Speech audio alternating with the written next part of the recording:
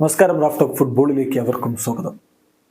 ഹാലൻഡിനെ പോലുള്ള world class താരത്തോട് ഏറ്റുമുട്ടാൻ ഞാൻ കാത്തിരിക്കുകയാണ് എന്ന് പറഞ്ഞത് അന്റോണിയോ റൂഡിഗർ ആയിരുന്നു.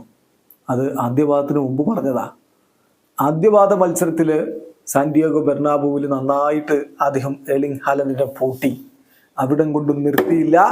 ഇത്തിഹാദിലും ഹാലൻഡിന് ഒന്നും ചെയ്യാൻ പറ്റിയില്ല. ഒരു കണക്ക് നോക്കുക. ഹാലൻഡിന് 14 തവണയാണ് പൊസഷൻ നഷ്ടമായിരിക്കുന്നത്. എന്നാൽ അദ്ദേഹം കംപ്ലീറ്റ് ചെയ്ത പാസുകളുടെ എണ്ണമോ 11 എണ്ണം. ഓവർ 2 legs ആണ് ഈ പറയുന്നത്. റയൽ മാഡ്രിഡിനെതിരെയുള്ള അദ്ദേഹത്തിന്റെ പ്രകടനമാണ്.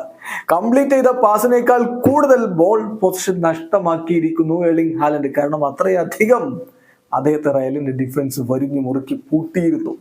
കൈയടിക്കണം. What a performance by Antonio Rudiger. റൂഡിഗറെ സംബന്ധിച്ചിടത്തോളം ഈ ഒരു പെർഫോമൻസ് മാത്രമല്ല, സുപ്രധാനമായ ഇമ്പോർട്ടൻ്റ് ആയിട്ടുള്ള പെനാൽറ്റി എടുക്കാൻ അദ്ദേഹം വന്നു. മാച്ച് വിന്നിംഗ് പെനാൽറ്റി എടുത്തതും അദ്ദേഹമായിരുന്നു എന്നതുകൂടി ഓർക്കുക.